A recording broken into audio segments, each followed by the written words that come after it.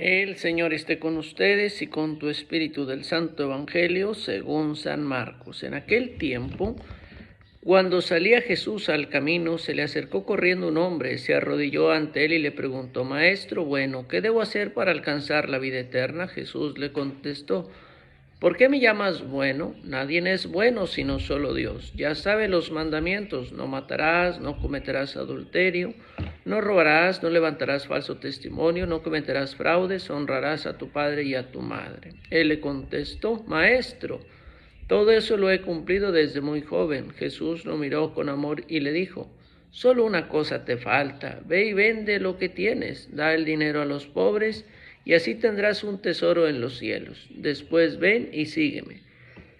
Pero al oír estas palabras el hombre se entristeció y se fue apesadumbrado porque tenía muchos bienes. Jesús, mirando a su alrededor, dijo entonces a sus discípulos: Qué difícil les va a ser a los ricos entrar en el reino de Dios.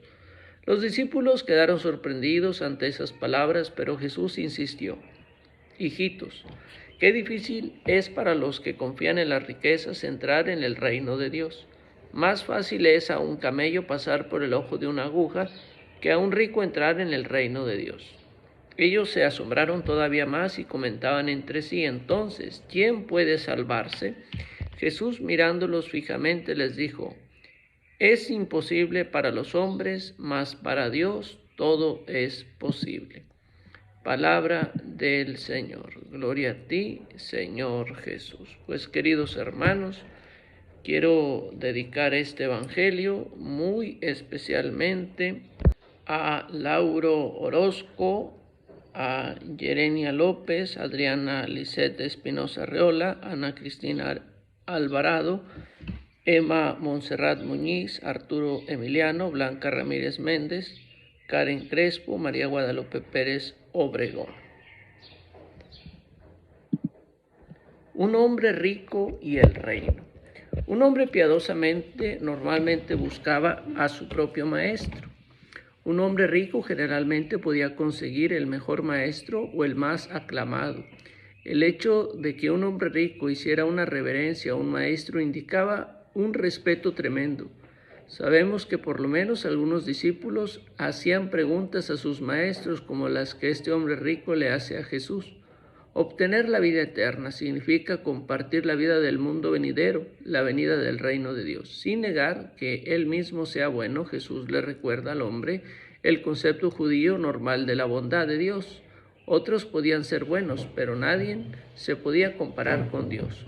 Luego hace una lista de mandamientos selectos del Antiguo Testamento, 5 de los 10 mandamientos que tratan las relaciones humanas, en lugar de directamente con Dios, que la gente podía probar. No, por ejemplo, una prohibición de un pecado del corazón como codiciar.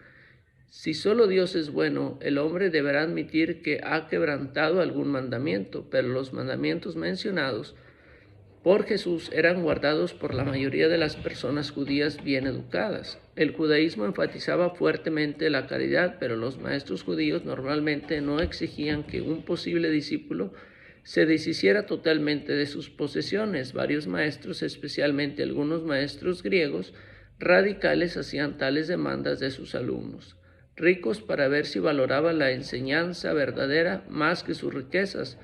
Unos pocos ricos estaban dispuestos a perder sus riquezas, pero la mayoría decepcionaba a tales maestros. Jesús invierte el orden social. Con frecuencia se reconocía la generosidad de los pudientes, que tenían más para dar.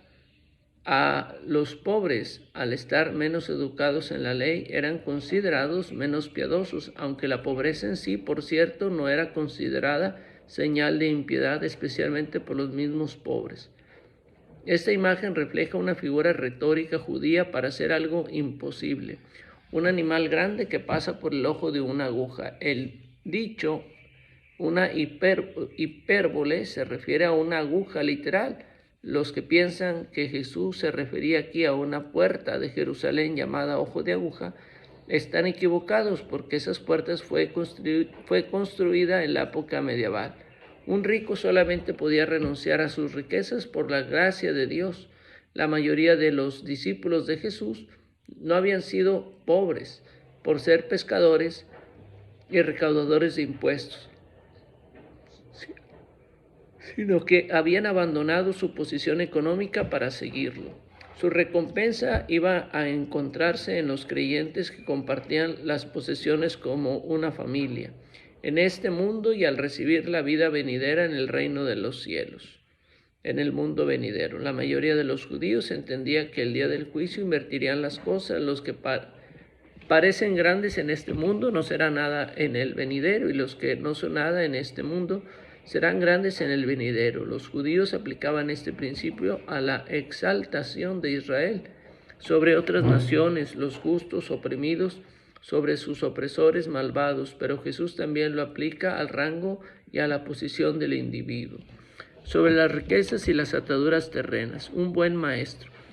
Calificativo raramente aplicado a un rabino, pues como dice Jesús, nadie es bueno sino solo Dios. Vida eterna, vivir en el eschaton, es en el reino de Dios. Ya saben los mandamientos. El mejor comentario de estas palabras sería Mateo. Como se verá por lo que sigue, las palabras de Jesús no son propiamente una respuesta, sino un reto al poder salvífico de la justicia mesiánica. Una cosa te falta.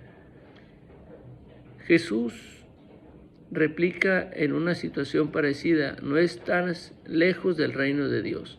Ve a vender lo que tienes. Las palabras de Jesús equivalen a un mandamiento absoluto. En Mateo tienen sentido las condiciones. Si quieres ser perfecto, en cambio en Mateo dice si quieres entrar en la vida. Mateo introduce la distinción entre lo que es necesario para salvarse y lo que es un consejo con miras a la perfección. La versión de Marcos está más cercana a la idea original de Jesús, pues en Mateo se propone la perfección moral como una imitación a la perfección divina, una idea muy extraña a la mentalidad judía. La renuncia absoluta como condición para seguirle está más de acuerdo con el mensaje escatológico de Jesús.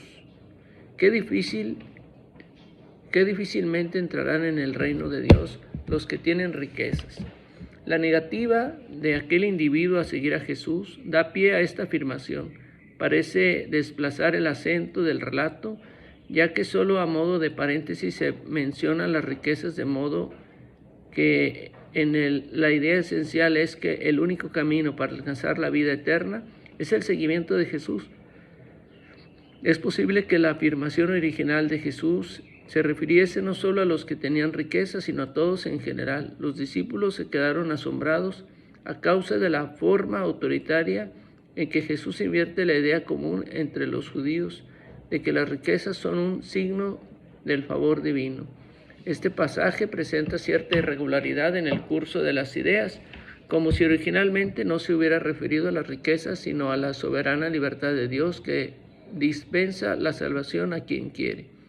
Más fácil es a un camello. La paradoja que entraña las palabras de Jesús ha sido frecuentemente debilitada, aceptando la problemática variante camilón, cable, en vez de camelón, camello, o suponiendo que el ojo de una aguja se refería a una puerta muy estrecha de Jerusalén, pero hay un proverbio rabínico equivalente en que se habla de un elefante. ¿Quién puede salvarse? La consternación de los discípulos indica claramente que la comparación del camello se refiere originalmente a los muchos llamados, pero pocos elegidos. Esta idea de Jesús aclara aún más con el dicho de las puertas estrechas, que podrían relacionarse con la comparación del camello y haber constituido originalmente una llamada dirigida a los acabados para que se arrepintieran. En esta ocasión, sin embargo, la dura expresión de Jesús queda suavizada un tanto para las siguientes palabras: todo es posible por parte de Dios. La respuesta de Jesús renueva las esperanzas de que los discípulos en la salvación mesiánica de Israel. Las palabras son una cita del Génesis donde se recuerda la omnipotencia de Dios para cumplir sus promesas a Abraham. Es posible que, por consiguiente, que el mismo Jesús anticipara ya la idea paulina de la conversión final de Israel. Por favor, no dejen de suscribirse si aún no lo han hecho, porque la mitad de las personas que ven estos videos no están suscritos. También, por favor, no dejen de darle me gusta, porque eso ayuda mucho a que YouTube promueva nuestros videos. Así es que, por favor, no dejes de hacerlo. Gracias. Oración de comunión espiritual. Creo, Jesús mío, que estás realmente presente en el Santísimo Sacramento del altar. Te amo sobre todas las cosas y deseo ardientemente recibirte en mi alma. Pero como ahora no puedo hacerlo sacramentalmente, por lo menos ven espiritualmente a mi corazón. Te abrazo como si ya te hubieras recibido y me uno completamente a ti. Nunca permitas que me separe de ti. Amén. Vamos a hacer nuestra oración a San Miguel Arcángel. San Miguel Arcángel, sé nuestro amparo contra la perversidad y acechanzas del demonio. Que Dios manifieste su poder es nuestra humilde súplica. Y tú, oh príncipe de la milicia celestial, con el poder que Dios te ha conferido, arroja al infierno a Satanás y a los demás espíritus malignos que vagan por el mundo para la perdición de las almas. Por Jesucristo nuestro Señor. Amén, amén, amén. Comparte este video para ser más evangelizadores digitales. Gracias.